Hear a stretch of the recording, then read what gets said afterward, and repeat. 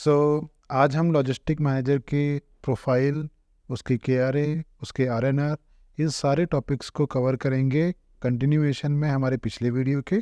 पिछले वीडियो में हमने जाना था कि लॉजिस्टिक मैनेजर की basic day to day activities क्या हैं और क्या ऐसे स्किल्स हैं जो लॉजिस्टिक मैनेजर की प्रोफाइल में बहुत ज़्यादा ज़रूरी और होते हैं और काम आते हैं। आज हम उसी की डेप्थ में जाएंगे और जानेंगे कौन से ऐसे टास्क, एक्टिविटीज़ और केआरए होते हैं जो लॉजिस्टिक मैनेजर की प्रोफाइल के लिए आपको आने ज़रूरी हैं, ताकि आपका जो लॉजिस्टिक मैनेजर के जॉब इंटरव्यू हो, आप प्रिपेयर कर रहे हो, या फिर इवन आप लॉजिस्टिक मैनेजर की पोजीशन पे काम कर रहे हो या जूनियर पोजीशन पे काम कर रहे हो और आप प्रमोशन पाना चाहते हो, उस टाइम पे ये सारे स्किल्स आपको आने चाहिए। इस वीडियो पे हम सारा डिस्कशन जो है वो सप्लाई चेन के अराउंड करते हैं। क्या उससे रिलेटेड स्किल्स ज़रूरी हैं, कैसे सप्लाई चेन वर्क करता है और सप्लाई चेन की सारी बेसिक अंडरस्टैंडिंग के बारे में इस चैनल पे बात होती है। तो अगर आपको इंटरेस्ट है सप्लाई चेन, लॉजिस्टिक्स, प्रोक्योरमेंट ऐसे टॉपिक्स में, तो definitely this is the place where you can discuss everything. Comments में जाइए, अपने क्वेरीज लिखिए and we will get it covered in our next videos. Subscribe कर लेना। बढ़ते हैं आगे लॉजिस्टिक मैनेजर की प्रोफाइल में। कल जो हमने डिस्कशन किया था पिछले वीडियो में, उसमें हमने बात करी थी strategic planning of logistic strategies, designing logistic networks, जिसमें हमने बात किया था कि कैसे हम नए नए लॉजिस्टिक पार्टनर्स को इनेबल कर सकते हैं, कैसे नए लोकेशन पे अगर सेल करनी है अपने वेयर हाउस से डिस्ट्रीब्यूशन में, तो हम कैसे वो नेटवर्क खड़ा कर सकते हैं। आज हम कंटिन्यूएशन में ये बात करेंगे कि हम जो सप्लाई चेन नेटवर्क में लॉजिस्टिक्स के लिए एक्सटर्नल मैनेजमेंट करते हैं, उसके पहले हमें इंटरनल मैनेजमेंट भी करना बहुत ज़रूरी है। इंटरनल मैनेजमेंट में एक बहुत इंपॉर्टेंट एस्पेक्ट आता है, वो है इन्वेंट्री मैनेजमेंट। अब इन्वेंट्री मैनेजमेंट आप बोलोगे कि ये तो प्रोफाइल इन्वेंट्री मैनेजर का होता है, कैटेगरी मैनेजर का होता है।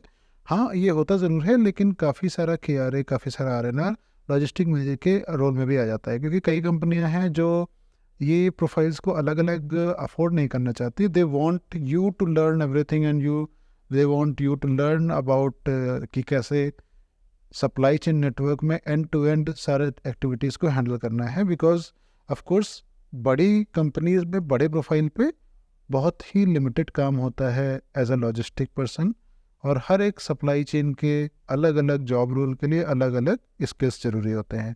लेकिन इंडियन मार्केट जहाँ पे बहुत ज़्यादा ग्रोइंग सप्लाई चेन नेटवर्क है, वहाँ पे आप किसी एक स्किल सेट के साथ आगे नहीं बढ़ सकते। आपको एंड टू एंड सारा कुछ पता होना चाहिए, ये बात आप ध्यान रखना।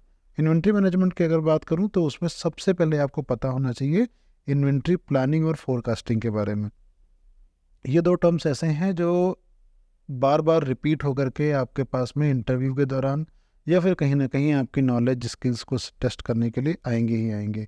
इन्वेंट्री प्लानिंग की जब मैं बात करता हूँ, तो हम बात कर रहे हैं कि मान लेते हैं आपके जो वेयर हाउसेज हैं उस पर बहुत सारी इन्वेंट्री रखी हुई है। अब आपको ये मैनेज करना है आपके वेयर हाउस से आपके जो स्टोर्स हैं कंपनी के, या फिर आपका जो डिस्ट्रीब्यूशन नेटवर्क है, वहाँ पे इन्वेंट्री किस तरीके से पहुँचाई जाए सो दैट सेम प्रोडक्ट अलग अलग स्टोर्स पे अलग अलग टाइम पे अलग अलग टाइप की डिमांड्स को केटर कर पाए।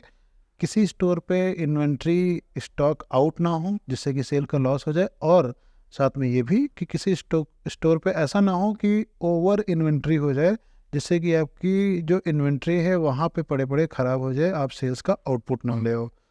तो पूरा ये जो बैलेंस है of the inventory cross the warehouse and store and distribution network, this is covered under the inventory planning. अब इन्वेंट्री प्लानिंग की जब हम बात करते हैं तो इसमें फोरकास्टिंग के अलग अलग मॉडल्स आते हैं जिनके बारे में आपको जानना ज़रूरी है। डिटेल में नहीं जानते शुरुआत में, कोई बात नहीं, बट आपको बेसिक आइडिया ज़रूर होना चाहिए कि इन्वेंट्री की फोरकास्टिंग निकलती कैसे है। अब फोरकास्टिंग को एक सरल भाषा में मैं आपको समझा देता हूँ। मान लो दिवाली आने वाली है, अभी होली गई है, 6 महीने बाद दिवाली है। आपकी कंपनी प्लान करती है कि दिवाली जो कि 5 या 6 महीने बाद है, उस टाइम पर सेल्स प्रमोशंस स्कीम्स लॉन्च करके हम कितनी इन्वेंट्री टारगेट कर पाएंगे। ठीक है, now at this point of time आपको पता है कि जो प्रोडक्ट आपके यहाँ फैक्ट्री में बनता है उसकी जो प्रोडक्ट मैन्युफैक्चरिंग लाइफ साइकिल है वो 2 महीने की है, ठीक है। तो what you will do, your sales team will do is कि वो आपको एक टेंटेटिव आइडिया दे देगी कि वो इतना सेल करेगी, ठीक है। अब वो सेल जो टेंटेटिव आइडिया आपको टीम दे रही है उसके बेसिस पे आप ये निकालोगे कि ठीक है, मेरे वेयर हाउस पे, मेरे स्टोर पे दिवाली के टाइम पे इन्वेंट्री कितनी होनी चाहिए कि वो जो मेरी सेल्स टीम है उसके टारगेट्स को सपोर्ट कर पाए, ठीक है। इसको दूसरे तरीके से समझाता हूँ। मान लो कि हर साल अप्रैल के महीने में स्कूल ओपन होते हैं और आपकी जो कंपनी है वो बुक्स और क्लासमेट की कॉपीज़ मैन्युफैक्चर करके अक्रॉस इंडिया डिस्ट्रीब्यूट करती है, ठीक है। अब अप्रैल मई में नए सेशंस चालू होते हैं, अप्रैल मई जून के टाइम पे छुट्टियां भी होती हैं और नए सेशंस भी चालू होते हैं, यानी कि आपको ये पता है कि जो डिमांड है वो बढ़ने वाली है other than your regular supply off season, ठीक है। आप क्या करोगे, आप पिछले साल के जो ट्रेंड्स हैं उसको उठाओगे और इस साल की जो डिमांड की फोरकास्टिंग की टेक्निक्स हैं उसको यूज़ करके आप फोरकास्ट करोगे, यानी कि आप प्रिडिक्ट करोगे कि कितना आपका सेल होने वाला है, कितनी आपकी इन्वेंट्री होने वाली है या कितनी आपकी फ्यूचर डिमांड होने वाली है। टेक्निक्स कौन कौन सी लगाओगे आप, मूविंग एवरेज या फिर एक्सपोनेंशियल स्मूथिंग या फिर रिग्रेशन एनालिसिस। ये कुछ टेक्निक्स होती हैं जिनके बारे में आप पढ़िएगा, चैट जीपीटी पे भी मिल जाएगा, गूगल पे भी मिल जाएगा, वेरियस वीडियोस हैं ऑनलाइन, आप पढ़ सकते हैं इसके बारे में, आपको ये पता होना चाहिए। Next is stock review. ये एक तो मैंने बताया इन्वेंट्री कंट्रोल कैसे करना है कि across your warehouse distribution store network आपकी जो इन्वेंट्री है वो मैनेज होनी चाहिए सो दैट कि स्टॉक आउट भी ना हो और ओवर स्टॉकिंग ना हो। स्टॉक आउट का एक एग्जांपल देता हूँ आपको। मान लो किसी एक वेयर स्टोर पे, जो कि लेट्स से अपैरल का स्टोर है और आपके कपड़े वहाँ पे बिकते हैं, पैंट शर्ट फैशन के वहाँ बिकते हैं, ठीक है। अब होता क्या है कि वहाँ पर अचानक से डिमांड जो है किसी पर्टिकुलर आर्टिकल की वो बढ़ जाती है because it was newly launched, marketing उसकी अच्छी हुई, कुछ स्कीम्स एंड प्रमोशन आ गए उस पर्टिकुलर प्रोडक्ट की, जिससे कि डिमांड हाई हो गई। आपके वेयर हाउस से उस स्टोर पे जो ट्रांजिट टाइम है या लीड टाइम है वो 1 हफ्ते का है, ठीक है। Now what will happen is कि स्टोर पे पर डे सेल जो है 100 पीसेस की हो रही है, आपके पास स्टोर पे इन्वेंट्री केवल 500 पीसेस की पड़ी है। दैट मीन्स कि ये 7 दिनों के अंदर अंदर ये इन्वेंट्री का जो स्टॉक है स्टॉक आउट हो जाएगा, यानी कि ख़त्म हो जाएगा। तो आज अगर आपने, यानी कि स्टोर ने वेयर हाउस को ऑर्डर प्लेस नहीं किया, आज अगर वेयर हाउस से डिस्पैच नहीं हुआ तो फिर डेफिनेटली आपकी सेल में लॉस आने वाला है छठे या सातवें दिन। क्यों? क्योंकि 100 पीसेस पर डे के हिसाब से सेल हो रही है, 500 पीसेस उस स्टोर पे रखे हुए हैं, यानी कि 5वें दिन आके इन्वेंट्री ख़त्म हो जाएगी और जो स्टॉक है एक दिन भी लेट हुआ तो वो उस दिन की सेल को लॉस करा देगा। तो this is something which you need to plan in advance. आपको ध्यान रखना है कि जब भी किसी स्टोर पर स्टॉक रिप्लेनिश होता है, यानी कि भेजा जाता है रिफ़िल करने के लिए, तो उसमें लीड टाइम और उस दौरान होने वाली सेल्स को भी कैलकुलेट करना होता है, ठीक है। नेक्स्ट हम बात करेंगे ओवर स्टॉकिंग की। ये भी प्रॉब्लम है। आपने एक स्टोर पे तो इन्वेंट्री भेजी जहाँ स्टॉक आउट हो रहा है, एट द सेम टाइम किसी दूसरे लोकेशन में कोई दूसरा स्टोर है जहाँ पे वो स्टॉक रखा हुआ है, बट आपने सेल्स जो ट्रेंड है उसको ना एनालाइज करके आपने एक एवरेज निकाला कि ठीक है सारे स्टोर्स पे मैं डिस्पैच कर देता हूँ 500 पीसेस, आपने इक्वली डिस्ट्रीब्यूट कर दिए बिना ये एनालाइज किए कि किस स्टोर की सेल्स परफॉर्मेंस उस पर्टिकुलर स्टॉक के लिए कैसी है। तो फिर प्रॉब्लम क्या होगी, एक स्टोर पे तो आप सेम क्वांटिटी में भेज रहे हो, वहाँ तो बिक रहा है, वहाँ पे बार बार स्टॉक आउट की सिचुएशन क्रिएट हो रही है। दूसरे स्टोर पे जहाँ पे नहीं बिक रहा है वहाँ पे स्टॉक पाइल अप होता जा रहा है। At the end of the day, at the end of the month आप ये पाओगे कि एक स्टोर पे इन्वेंट्री आउट होने की वजह से, स्टॉक आउट होने की वजह से सेल्स जो हो सकती थी वो लॉस हो गई। एट द सेम टाइम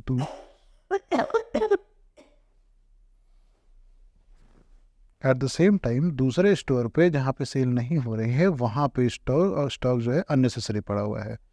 अगर आपने टाइमली प्रेडिक्ट किया होता, प्लान किया होता, एनालाइज किया होता, तो आप क्या करते, रादर देन वेयर हाउस से कंटिन्यूसली रिप्लेनिश करने के बजाय आप उस स्टोर की जो इन्वेंट्री है जहाँ पे नहीं बिक रहा है वहाँ से उठा के इंटर स्टोर ट्रांसफ़र करते उस स्टोर पे जहाँ पे सेल ज़्यादा है। इससे क्या होता है, इससे आपका जो ट्रांजिट टाइम है वेयर हाउस टू स्टोर वो कम होता है, क्योंकि आप नियरेस्ट स्टोर से दूसरे स्टोर पे भेज रहे हो। आपकी जो ओवर स्टॉकिंग की प्रॉब्लम है वो भी ख़त्म हो जाती, और आपका जो स्टॉक आउट की सिचुएशन दूसरे स्टोर पे क्रिएट हो रही है वो भी ख़त्म हो जाती। तो दीज आर सम सिचुएशंस जहाँ पे आपको बहुत ध्यान से काम करना है। आपको इस टाइप की ट्रिक्स या टेक्निक्स पता होनी चाहिए कि आप कैसे अपनी इन्वेंट्री को मैनेज कर पाओ। देखो, सप्लाई चेन में ऐसा कहते हैं कि हर एक दिन जो भी इन्वेंट्री प्रोडक्शन के बाद आपके पास में है, whether it is at warehouse, at your store और in transit, that is having a cost until unless the product is not reaching at the end consumer, तब तक वो आपके लिए कॉस्ट है। क्योंकि आपने तो एमआरपी फिक्स कर दी है, कस्टमर तो उस एमआरपी पे ही खरीदेगा, और उस एमआरपी पे प्रोडक्शन कॉस्ट माइनस करने के बाद एक मार्जिन फिक्स हो गया है कंपनी का। इस मार्जिन को कितना मेंटेन रखा जा सकता है, this all depends on the supply chain network and this logistic team. Because मान लेते हैं एक प्रोडक्ट है 1000 रुपये का, ठीक है, 1000 रुपये का प्रोडक्ट को मैन्युफैक्चर करने में 700 रुपये लगे, लेट्स से 600 रुपये लगे, चलो 600 रुपये कर लगे, मार्केटिंग में उन्होंने 100 रुपये खर्चा कर दिया, 700 रुपये बचे, 30% का प्रॉफिट, ठीक है। अब 30% के प्रॉफिट में इन्होंने ऑपरेशनल एक्सपेंसेस के नाम पे 10% और निकाल दिया, जिसमें कि इन लोगों की सैलरी से लगा करके सारे के सारे एक्सपेंसेस आ गए। नाउ जो 20% प्रॉफिट मार्जिन है जो कंपनी कमाना चाहती है, वो बहुत ज़्यादा डिपेंड करता है सप्लाई चेन नेटवर्क की इफ़िशियंसी पे। क्यों? क्योंकि जितने दिन आप उसको वेयर हाउस पे रखोगे, वेयर हाउस का रेंट जाता है, कहीं ना कहीं कैलकुलेट करके जो वेयर हाउस का स्पेस वो ऑक्यूपाई कर रही है, that is a cost.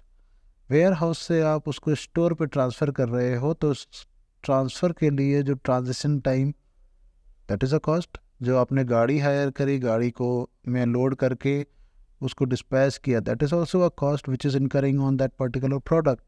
And वो स्टोर पे मान लो नहीं बिका, and you didn't predicted it very well और कैलकुलेटेड वेरी वेल, आपने उसको पड़े रहने दिया, जितने दिन वो स्टोर पे वो पर्टिकुलर बिन एरिया घेर के बैठा हुआ है स्टॉक, वो भी एक कॉस्ट है, क्योंकि स्टोर भी आपका कोई खरीदा तो है नहीं, वहाँ भी आपने रेंट पे लिया हुआ है, राइट। अगर वो नहीं बिक रहा है as a cost. Now at the same time इस प्रोडक्ट की कहीं और डिमांड है और आप उसको रिप्लेनिश नहीं कर रहे हो उस स्टोर पे, that is also a negative cost. And finally अगर गलती से वो स्टॉक का ट्रेंड चला गया या सेल ख़त्म हो गई, यानी कि डिमांड ख़त्म हो गई और उसको वेयर हाउस पे वापस मंगाना पड़ गया, वो तो और भी बुरी सिचुएशन है।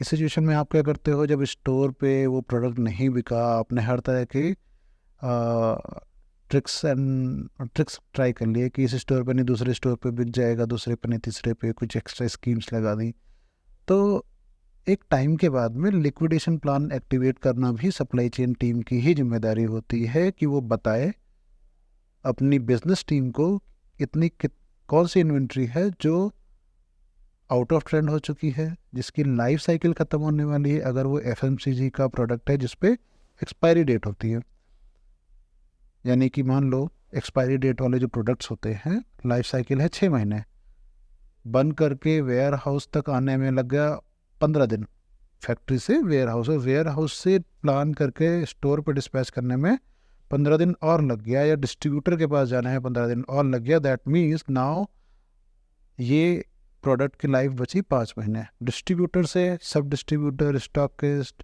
होलसेलर एंड देन रिटेलर, ये पूरी लाइफ साइकिल कंप्लीट करने में लगा 1 महीना, तो बचे आपके पास टोटल 4 महीने उस प्रोडक्ट को सेल करने के लिए। उस रिटेलर के पास पहुँचते पहुँचते लाइफ अगर 4 महीने की बची, यानी कि आधी लाइफ आप पहले ही ख़त्म कर चुके हो। At this point of time सबसे पहले तो रिटेलर ही रेजिस्ट करेगा उस प्रोडक्ट को लेने से। क्यों? क्योंकि आप वो रिटेलर बोलेगा कि इसमें तो लाइफ ही नहीं बची है, एक्सपायरी प्रोडक्ट मैं क्यों खरीदूँ, राइट। इस टाइप के प्रोडक्ट्स को बहुत ज़्यादा करीब से ट्रैक किया जाता है, और जैसे ही लाइफ साइकिल कम होती है किसी प्रोडक्ट की, आपको प्लान करके बताना है कि लिक्विडेशन प्लान के अंडर में कितने % डिस्काउंट दिया जाए सो दैट वो लिक्विडेट हो पाए। लिक्विडेशन प्लान पे आपको काम करना है।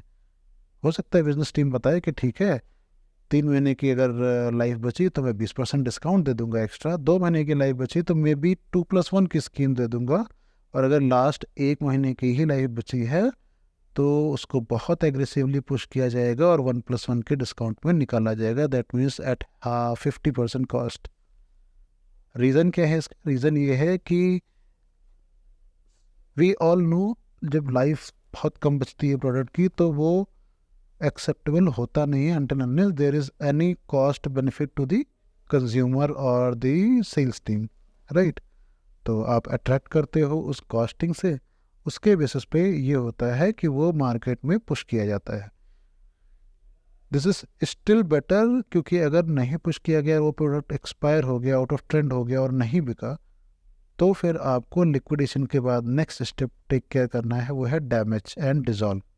मतलब मोस्ट ऑफ द कंपनीज अपनी इमेज को मेंटेन करने के लिए और गवर्नमेंट नॉर्म्स के हिसाब से और एथिकली भी कोई एक्सपायर्ड प्रोडक्ट तो नहीं रखेगा, नहीं बेचेगा और कोई खरीदेगा भी नहीं। अगर खरीदेगा नहीं तो what you need to do, आप एक्सपायर्ड प्रोडक्ट को ऐसे तो छोड़ नहीं सकते। रीज़न ये है कि अगर एक्सपायर्ड प्रोडक्ट मार्केट में रहा और किसी ने कंज्यूम कर लिया तो सारी की सारी रिस्पॉन्सिबिलिटी किस पे आएगी? कंपनी पे आएगी कि एक्सपायर्ड प्रोडक्ट कंपनी अभी बेच रही है मार्केट में। No one from the retailer side, no one from the store side, no one from the supply chain will take the ownership of that. उस केस में आपको प्रॉपरली ऑडिट करा करके उसको अपने वेयर हाउस पे मंगा के डैमेज के अंडर में ले करके उसको लिक्विडेट करना होगा, यानी कि उसको मोस्ट प्रोबेबली लोग क्या करते हैं, किसी थर्ड पार्टी वेंडर को देते हैं डिसमेंटल करने के लिए। प्रोडक्ट जला दिए जाते हैं या क्रश कर दिए जाते हैं, डिसॉल्व कर दिए जाते हैं, सो दैट मार्केट में कंपनी की जो इमेज है वो बची रहे, कोई लीगल कंप्लायंस ना आ जाए। तो ये सारा टेक केयर भी आपको as a logistic manager, supply chain manager करना है कि आपकी जो इन्वेंट्री है उस पर पूरा कंट्रोल होना चाहिए आपको, right from the starting of its life cycle up to its expiry, out of trend और इट्स डिजॉल्विंग। आई मीन आप अगर देखोगे तो बहुत इम्पोर्टेंट और सेंट्रलाइज्ड रोल प्ले करते हो आप इस पूरे सप्लाई चेन को टेक केयर करने में, इस पूरी जो सेल्स टीम है उसको सपोर्ट करने में। डेफिनेटली आप डायरेक्ट सेल्स नहीं करोगे जा करके, डेफिनेटली आप डिस्ट्रीब्यूटर के पास नहीं जाओगे, वो सेल्स टीम का काम है। बट सेल्स टीम का काम है मार्केट में प्रोडक्ट को बेचना, और जो प्रोडक्ट बेचना है यानी कि जो कमिटमेंट सेल्स टीम कर रही है उस कमिटमेंट को अडेयर कराना काम है लॉजिस्टिक मैनेजर का। कि अगर मार्केट में सेल्स पर्सन गया और उसने कमिट कर दिया कि ठीक है ये 1000 पीस कैडबरी की चॉकलेट आपके पास परसों पहुंच जाएगी, उसी बिहाफ पे सामने डिस्ट्रीब्यूटर इस सेल्स वाले को पैसा कमिट करता है और वो पैसा कंपनी को जाता है। बट अगर आप 2 दिन में डिस्पैच करके डिलीवर नहीं करा पाए, वो कमिटमेंट सेल्स टीम की ख़राब होती है, आगे चल के वो डिस्ट्रीब्यूटर की रिलायबिलिटी कम हो जाती है और वो इस कंपनी पे रिलाई ना करके दूसरी कंपनी पे रिलाई करेगा। क्यों? क्योंकि उसको तो आगे बेचना है, उसने तो पैसा लगाया हुआ है। So these are some specific items और job roles that I shared with you, जिसमें कि एक बहुत ही इम्पोर्टेंट एस्पेक्ट डिस्कस किया आज हमने, वो था इन्वेंट्री प्लानिंग एंड कंट्रोल का।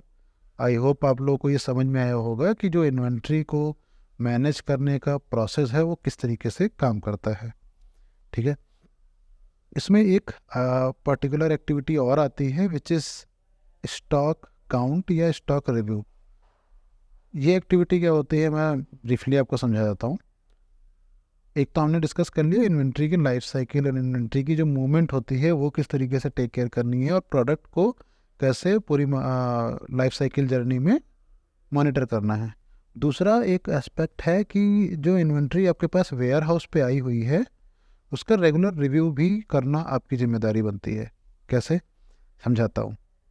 फैक्ट्री पे प्रोडक्शन हुआ या वेंडर से वो प्रोडक्ट फिनिश्ड प्रोडक्ट आया, आप वेयर हाउस पे बैठे हुए as a logistic manager, as a warehouse manager, as a supply chain manager, whatever role it is, these are some important KPIs that you need to follow is that system में, यानी कि जो आपका tool आप use करोगे, ERP system use करोगे, ये भी अगले आने वाले वीडियोस में बताऊंगा टेक्निकली आपको कौन कौन से टूल सीखने हैं और उसमें कैसे आपको हैंड्स ऑन प्रैक्टिस करनी है, एक्सेल में क्या क्या फार्मूले लगाने हैं। ये सारी डिस्कशंस हम आने वाले चैप्टर्स में, आने वाले लेक्चर्स में करेंगे। फिलहाल मैं बताता हूँ कि सिस्टम में तो दिखा रहा है हेड ऑफिस पे कि आपके वेयर हाउस पे 2000 पीसेस एक्स आइटम के पड़े हैं, 5000 पीसेस वाई आइटम के पड़े हैं, 5000 पीसेस किसी थर्ड आइटम के पड़े हुए हैं, सिस्टम में दिखा रहे हैं। और आपके वेयर हाउस से मूवमेंट जो प्रोडक्ट की है वो रेगुलरली हो रही है, यानी कि हर दूसरे दिन प्रोडक्ट आ रहा है फैक्ट्री से और डेली आप डिस्पैच भी कर रहे हो क्योंकि सेल भी हो रही है। इन बिटवीन क्या होता है कि बाय मिस्टेक या तो आपके पास फैक्ट्री से कुछ प्रोडक्ट कम आ गए या कुछ फिर ह्यूमन एरर हो गया, या फिर आपने जब डिस्पैच किया आगे फॉरवर्ड सेल्स के थ्रू सप्लाई चेन में, तो आपके डिस्पैचर से, आपके लोडर से ये मिस्टेक हो गई कि उसने कुछ कम या कुछ ज़्यादा प्रोडक्ट लोड कर दिए। इसमें होगा क्या कि सिस्टम में जितनी इन्वेंट्री दिखा रही है उससे आपकी फिजिकल इन्वेंट्री मिसमैच कर जाएगी और ये over the period of time बढ़ती रहती है। ये जो वेरिएंस है वो बढ़ता जाता है। इसलिए एक बहुत इम्पॉर्टेंट एक्टिविटी होती है जो बहुत रेगुलर इंटरवल पे करनी पड़ती है या करी जाती है without fail, that is stock count, stock audit, internal audit, cycle count, जो भी आप नाम देना चाहो।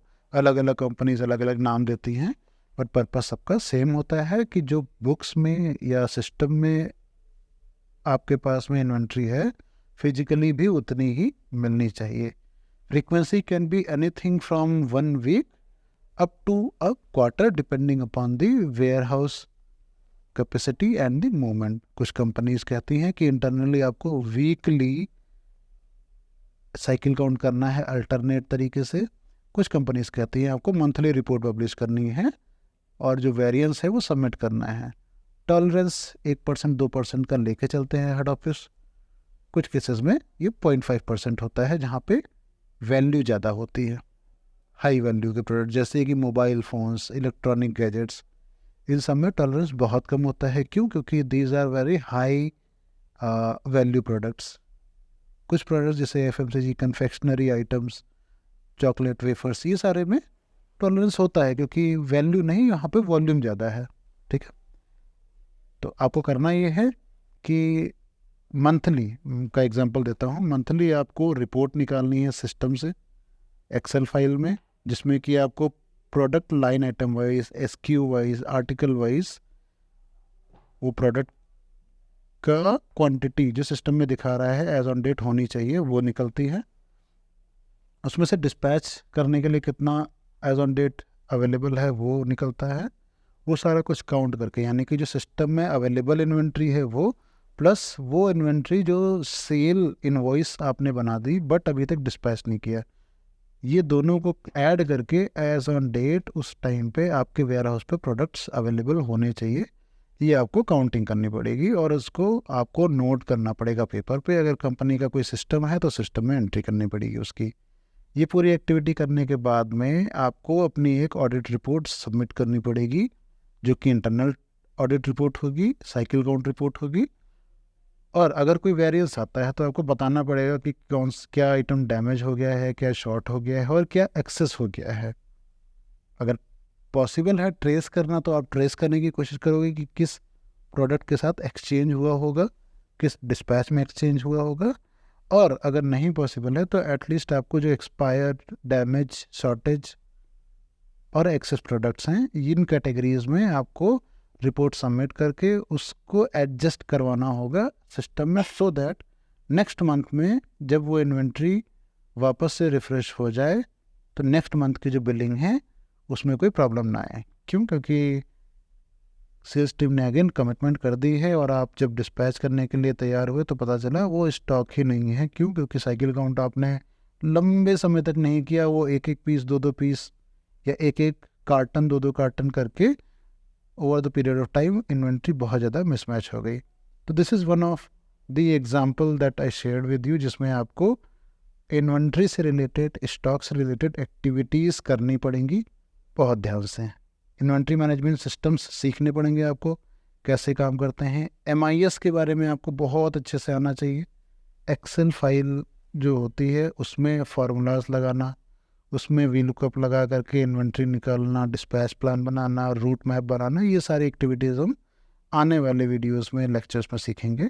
अभी के लिए मैं यहीं पे पॉज करूँगा और आपके लिए क्वेश्चन है जितना मैंने बताया उसमें से कि कौन सी वो प्रैक्टिस है या वो कौन सी स्ट्रेटजी है जिसमें हम सिर्फ उतना ही स्टॉक रखते हैं जितनी की मार्केट में डिमांड है। उस स्ट्रेटजी को एक स्पेशल टर्म होता है जिसमें हम इन्वेंट्री को सिर्फ उतना ही रखते हैं अपने पास जितनी मार्केट में डिमांड होती है। Based on the demand inventory हम बढ़ाते हैं। क्या कहते हैं उस स्ट्रेटजी को? कमेंट करके बताना। जिसका कमेंट सही होगा उस पर मैं कमेंट कर दूंगा, रिप्लाई कर दूंगा, ताकि बाकी लोगों को पता चल सके। टिल देन सीखते रहिए सप्लाई चेन। आई होप आप लोग की जॉब बहुत अच्छे से चले। मिलते हैं अगले वीडियो में, अगले लेक्चर में। Have a blessed day. Bye bye.